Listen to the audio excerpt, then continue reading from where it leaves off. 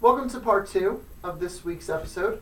We're still here with Liana Marley, and just to let you know that going back to meditations for a few seconds, we do offer free spirit guided meditations once a month here. It's free of charge. Just come down, and there's always a chair open.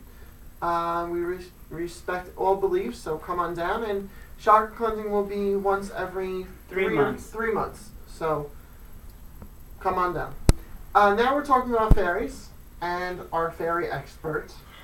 And we will be holding a class, a fairy workshop for children and maybe adults later on in the year, probably spring, summer-ish time. Our first one was a huge success. Now, main question that's topping my head is, tell us the difference between good fairies and bad fairies. Are there bad fairies? Okay, there are dark fairies. Okay. All fairies are mischievous. Okay. But fairies are typically good in nature, but there are dark fairies. Dark fairies are like if you like when you go into your basement and you get that weird feeling like you just want to get out of there, or you go into or when you were a kid, you got that feeling that there was something under your bed or something in your closet. Well, those are the dark fairies. They have a very strong energy. They're not ever going to harm you. They just have a very strong energy. Those are dark fairies. Okay. They're not evil. They just have negative feelings towards humans because humans have done a lot of negative things towards the earth. One thing that you can do to gain favor of the fairies is do things like recycling and take care of the earth, planting plants, plant trees, pick up litter if you see something on the ground, don't litter.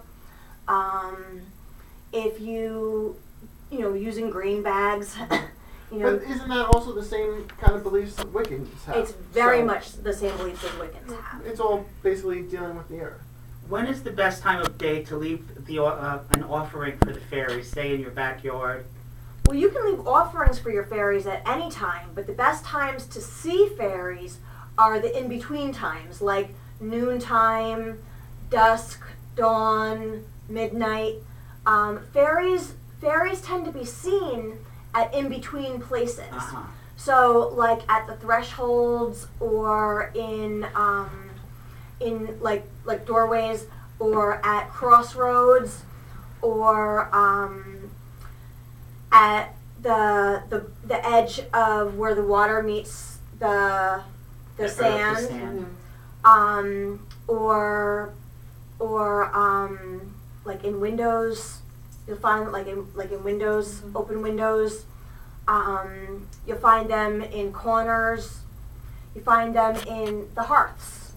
There's hearth fairies, which is interestingly enough, is why Santa Claus comes down the chimney. Okay. Because Santa Claus, that ended up coming from the spirits. When you burn stuff, the smoke goes up to send the message to the spirits. Well, so that's like a message way. The chimney is like a message way for the spirits. Okay. So Santa Claus is like a spirit guide coming down the chimney. And that's where Santa Claus ended up coming down the chimney to greet people. Mm-hmm. Are there male fairies? There are male fairies and there are female fairies. Okay. And what is a good offering to leave your fairies for being helpful, like with your garden and stuff? Milk and honey, and they love milk and honey. Those are really wonderful things. They also like strawberries. Are there different fairies for different things? There are. Yes, there are. Because I know they're good. They bring you wishes and bring you prosperity and love. Would you call on a specific one for, let's say, health? Well, or would you just ask them as general? You asked a couple different questions. Oh, I'm sorry. Go ahead. Keep going. There are different fairies. There are different elemental fairies. Okay. There are earth fairies, which are gnomes. There are air fairies, which are sylphs. There are water fairies, which are undines. And there are fire fairies, which are salamanders. There are also house and home fairies, and tree fairies and flower fairies. Okay. So, asking about the health, you would actually call upon the gnomes. You would actually call upon the earth fairies, Okay. because everybody has their own fairies that are assigned to them when they're born, and everybody has their own elemental fairies, the earth, air, fire, water fairies of their own, their personal fairies.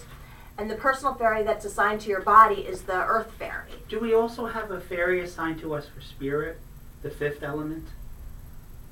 There isn't one that's specifically spirit, but there's the elemental ones that take care of that. Okay. Right in front of us, we have different houses that you've created. Yes. These 4 are for sale at Practical Magic. So you can make them any way you want.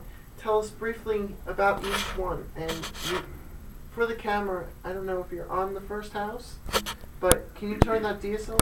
Because I want you to get a shot of the backyard. Now that to me is a typical fairy house. Yes. This is the fairy house that I leave out Yeah. at my house. Yeah, that one is not for sale. That is yours. And the funny part is, I helped create that.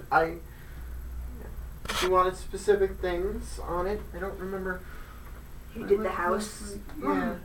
I made all these little You made a couple things, and I added a Of course lot you to did. this. So, can you just tell us quickly about, we had a fairy workshop here late last year, and we made that one with the class. You made that before the class. Fairy houses, it's you can attract fairies to your home. Everybody has fairies in their homes.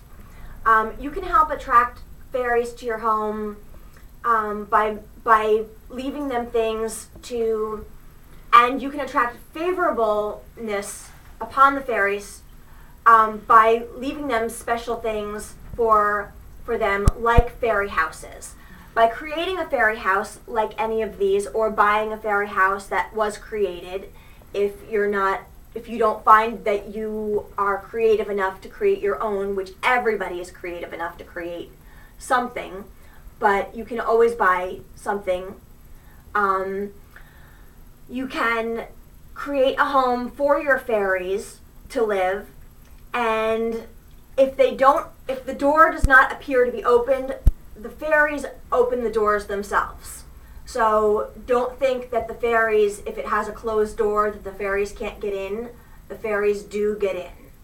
Fairies live in a different realm, a different plane than humans live on, and things that seem not quite one way for us are different for them.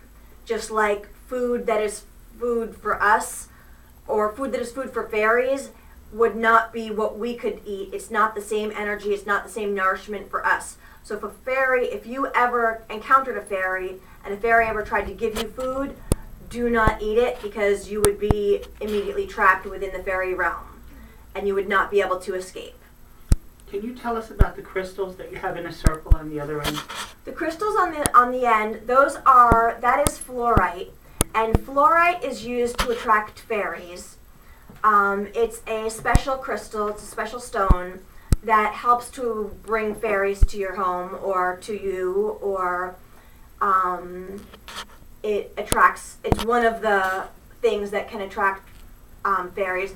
Econites, which is a type of fossil, also help to attract fairies, but they're very rare and it's very difficult to find them.